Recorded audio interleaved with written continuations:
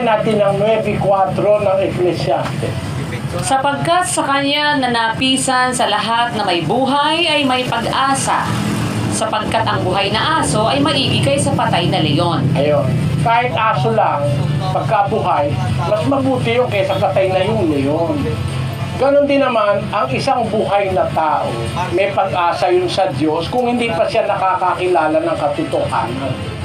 Ang katunayan dun sa unang Timoteo 1:13, ganito nakasulat doon, kapatid.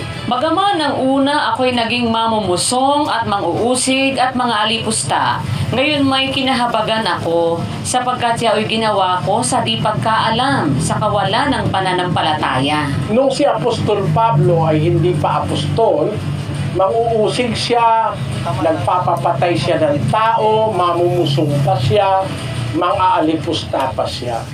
Pero como yun, ginawa ko sa hindi ko pagkaalam, sa kawalan ko ng pananampalataya, nagkamit ako ang wika ng kahabagan. Alam mo ang pag-asa mo, kapatid, yung habag ng Diyos, God's mercy.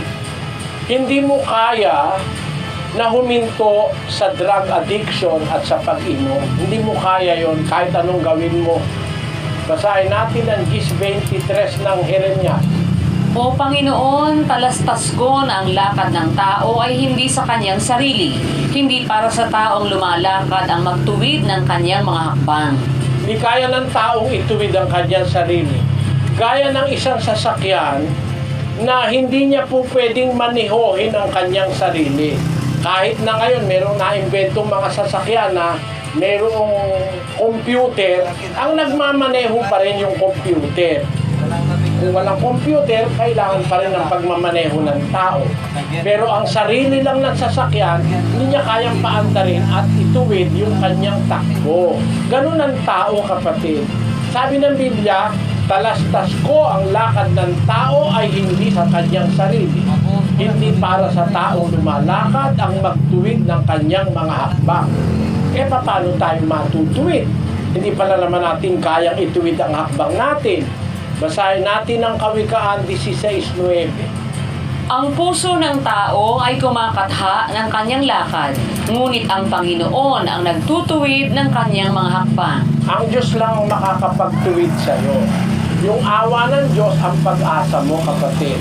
Ngayon, tuturuan kita kung payag ka ng paraan para ka makahintog dyan. Ang sabi sa Santiago 4:7, ganito. Pasakop nga kayo sa Diyos, datapwat magsisalangsang kayo sa dyablo at tatakas siya sa inyo. Ang first step, pasakop ka sa Diyos. Kumilala ka sa Diyos, pasakop ka, makinig ka ng aral, magbautismo ka, para lumabas yung dyablo sa katawan mo. Pasakop ka muna sa Diyos. Pagkatapos na masakop ka na ng Diyos, yung dyablo lalaya sa'yo, yung demonyo. Kasi demonyo nag-uutos sa'yo yung gumawa ng mali. Tamo, pati pamilya mo, nawala na ng pag-asa sa'yo. Kasi normal na tao, hindi naman gagawa ng... Pag normal ang isip mo, wala kang demonyo. Hindi mo naman ire-rape yung anak mo Pero bakit may magulang nire-rape yung anak? Kasi dinimonyo. Yung isip niya sinakyan ni Satanas. Merong ganong mga lalaki. Ano ibig sabihin?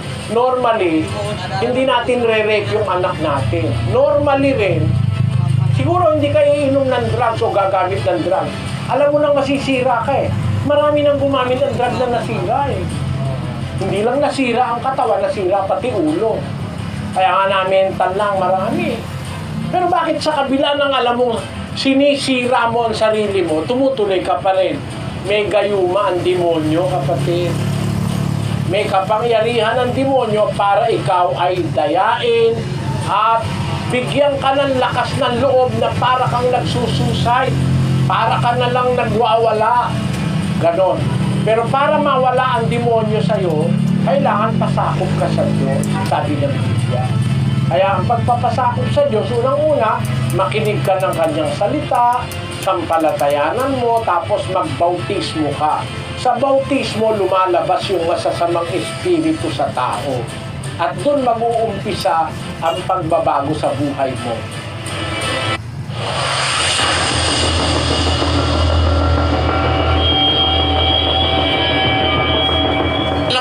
masisira ang katawan mo. Di parang kang nagpapakamatay. Eh, anong tawag mo ron?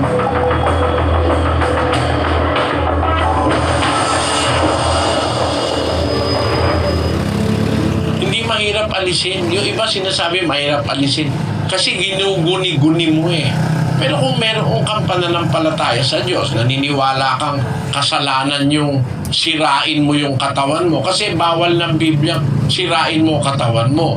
Eh sa sigarilyo, merong libu-libong lason. Bawat stick ng sigarilyo, may daladalang libu-libong lason. Eh kung naiintindihan mo at nakapag-aral ka ng kaunti, eh siguro hindi ka maninigarilyo. Eh, ang ginuguni-gini nila, mahirap ika, mahirap. Hindi totoong mahirap. Eh, ako nga ang saksi eh. Nung maintindihan ko, yung aking lighter na sipo. Nung araw, ang lighter na magaganda, yung sipo, yung pangsindi ng sigarilyo, no? Yung lighter ko nga, gold-plated pa eh. Nung maintindihan kong masama, yung huling-huling kahan ng sigarilyo, at saka yung sipo lighter ko, itinapon ko doon sa tulay ng Quiapo. Yung Quezon Bridge, no? Naglalakad ako, galing ako doon sa may Loton. Papunta ako ng Quiapo. Naisip ko yung aral na napakinggan ko. Masama pala ako yung sigarilyo. Ginawa ko, tinapon ko yung sipo ko doon sa tulay. At saka yung huling kahan ng champion. Madali, nawala. Kung dahil sa pananampalataya, kahit nakakakita ko na naninigarilyo, parang gusto ko, eh, alam ko masama eh, masisira ang katawan mo, bawal ng mga doktor, bawal ng siyentipiko, tapos bawal pa ng Diyos.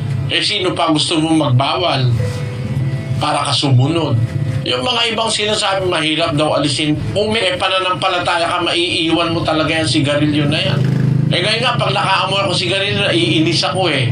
Tamo, kasi sa mga public places, bawal manigarilyo kasi nakaka-apekto rin doon sa hindi naninigarilyo eh. Kung ba, mahal nyo, pamilya nyo, huwag kayo manigarilyo sa bahay nyo o huwag ka na talagang manigarilyo kasi makaka-apekto yung second-hand smoking. Eh, alam mo na nga masisira ang katawan mo. Maninigarilyo ka pa, di parang kang nagpapakamatay. Eh, anong tawag mo ron? Walang pagmamalasakit sa sarili at saka sa kapwa. Kaya, ang isang Kristiyano na nakakaintindi ng aral ng Diyos, hindi ka mahihirapang iwan yung bisyo. Hindi ka naman ipinanganak na may isang kaha ka na agad na Philip Morris. Wala naman eh. Hindi naman pagkalabas mo sa bahay, bata eh, meron ka na agad bit na tanduay. Wala nun. Yan, mga napagkukuha lang natin yan sa mga taong hindi kumikilala sa Diyos. Bawal kasi ng Diyos yung gaya niyang mga bisyo na yan eh. Agaya niyang droga. Ano ba ginagawa ng droga ngayon? Di ba sirain ang ulo mo? Di ba nasisira ang ulo? Scientifically, nagkakaroon ng damage sa brain. Spiritually, nawawalan ka na ng takot pagka under drugs ka na. Di ka na takot mamatay, di ka na takot pumatay, wala ka ng pagkilala sa magulang, pati sambahan mo sa buhay. Biro mo yung isang drug addict, naka-drugs, yung anak niya iyak ng iyak. Ang ginawa, binuhat yung anak, inilagay doon sa kumukulong sinaing. Alam mo na pag umipekto at na-addict ka na dyan, ang mangyayari sa'yo, masisira utak mo. Eh dahil lang doon sa pleasure nung laman na parang high, masarap daw ang pakiramdam. Eh kahit ano pang sarap yun, hindi ko maatim na ang anak ko, ilagay ko sa kumukulong sinaing. Na pag ayaw kang bigyan ng pera, pati nanay mo, papatayin mo, pati tatay mo. Mga miyembro sa iglesia ngayon, dating drug addicts. Pero nung makakilala sa Diyos, tumigil. Completely tumigil. Ngayon, matitinong tao, mabubuting asawa at mabubuting magulang sa kanilang mga anak. Kasi, kung sumasampalataya ka, hindi napakahirap alisin niyang bisyo. Gamitin mo lang ang utak mo at yung takot mo sa Diyos. Ba't ka magda-drugs? Ano gagawin buti sa'yo? Alam mo na yung mga nagda-drugs nawawala sa sarili. Tumatalon sa building dahil akala niya, pakiramdam niya, siya si Superman o kaya si Spiderman.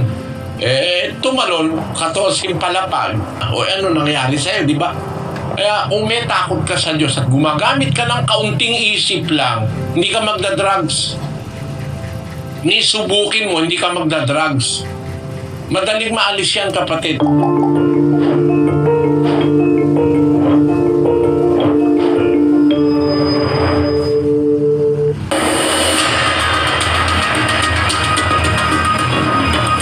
Kung naniniwala ka sa Diyos, sa Kanyang salita, huwag ka nang tumikim ng alak.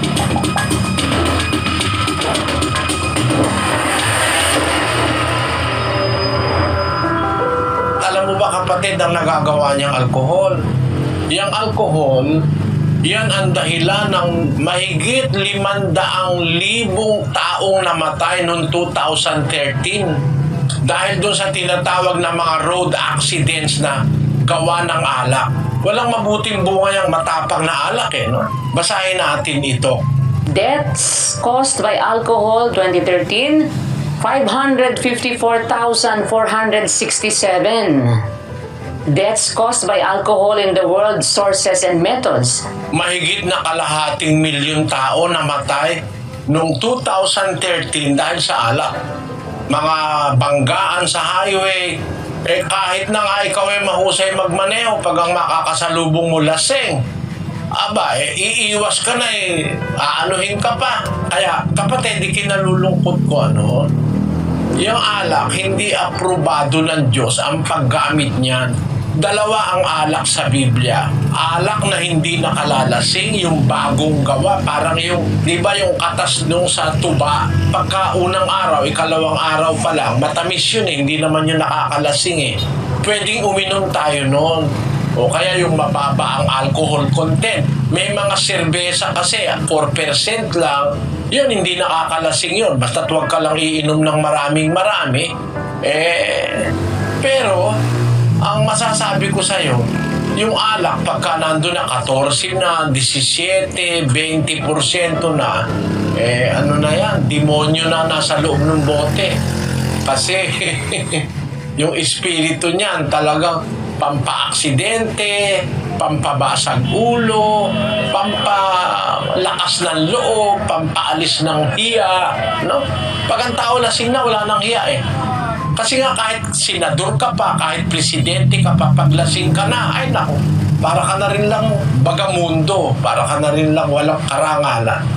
Alam mo kapatid, ang dapat mong gawin mula ngayon, kung naniniwala ka sa Diyos, sa Kanyang salita, huwag ka nang tumikim ng alak. Kasi ako ganun Nang itigil ko ang alak, isang pagkakataon lang, sabi ko sa Diyos, hindi na po ako iinom. Hindi na ako uminom. Isang pagkakataon lang, nang itigil ko ang sigarilyo, tinapon ko yung aking lighter na Zippo. Yung gold-plated kong Zippo, napakamahal nun. Mahigit na 2,000. Tinapon ko doon sa Quezon Bridge dahil naintindihan ko masama pala yung paninigarilyo. Napakaraming perwisyo sa katawan, ayaw ng Diyos yun. Sabi ko sa Diyos, di na po ako magsisigarilyo. Mula nun, hanggang ngayon, di na. Huwag kang papatukso. Pag sinabi mong ayaw mo na talaga. Kahit alokin ka, pilitin ka, suntukin ka pa, huwag ka nang uulit. Yun ang dapat mong gawin. Kasi kung di mo gagawin ganon, tatawagin ka uli ng tatawagin ng demonyo para isang barkadahan kayong lasenggo. Kahit pag-usapan nyo pa ang Diyos, puro naman kayo lasenggo, imbis matuwa ang Diyos, nagagalit sa inyo.